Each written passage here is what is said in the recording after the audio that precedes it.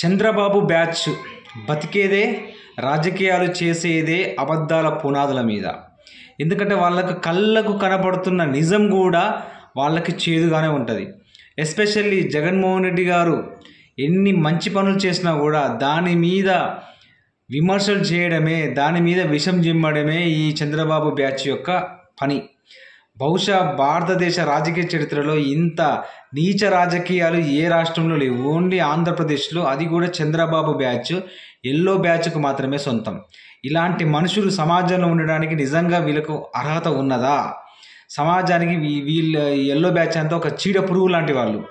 ఎందుకంటే జగన్మోహన్ రెడ్డి గారు తన 5 years రూలింగ్లో 2 years కరోనాకు పోయినా రిమైనింగ్ 3 yearsలో 17 మెడికల్ కాలేజీలు తీసుకొచ్చి దాదాపు అందులో 7 కాలేజీలు కంప్లీట్ చేసి క్లాసెస్ స్టార్ట్ చేసిన తర్వాత కూడా ఇంకా రిమైనింగ్ 10 మెడికల్ కాలేజీలలో 5 మెడికల్ కాలేజీలు 60% ఏబో కంప్లీట్ అయినాయి. అంటే దాదాపు జగన్మోహన్ రెడ్డి గారు 17 మెడికల్ కాలేజీలలో 60 to 70% అంత పర్ఫెక్ట్గా కంప్లీట్ చేసి వాటిలో క్లాసెస్ స్టార్ట్ చేసి ఎంతోమంది పేద మధ్యతరగతి దిగువ మధ్యతరగతి విద్యార్థులకి అతడు ఉచిత వైద్య విద్య అందిస్తున్నప్పుడు బహుశా ఏ రాష్ట్రంలో కూడా ఇంత ప్రజల పట్ల క్రమశిక్షణతోటి ప్రజలకు కావాల్సిన కనీస అవసరాలని వాళ్ళ యొక్క సౌకర్యాలను తీర్చడంలో జగన్మోహన్ రెడ్డి గారు నిజంగా 5 years చాలా అద్భుతంగా పనిచేసిండు. కానీ ఈ ఎల్లో బ్యాచ్కి, ఎల్లో మీడియాకి, ఈ చంద్రబాబు బ్యాచ్కి అబద్ధాల మీద బతికి ఇలాంటి నీచ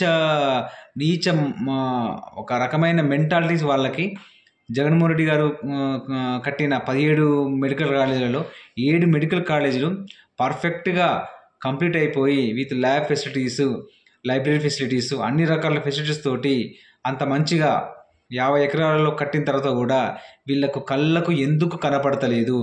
ఎక్కడియో కట్టని ఒక 5 మెడికల్ కాలేజీలు తీసుకొచ్చి అవి పునాదుల మీద ఉన్న వాటిని పట్టుకొచ్చి ఫోటోలు పెట్టి అబద్ధాలు వల్ల వేస్తూ జనం చెవులలో విషం జిమ్ముతున్నారు తప్పిస్తే నిజానికి వీళ్ళకి అసలుకు ఏమాత్రం సిగ్గు, బుద్ధి ఏమాత్రం కూడా దేవుడు పెట్టలేదు.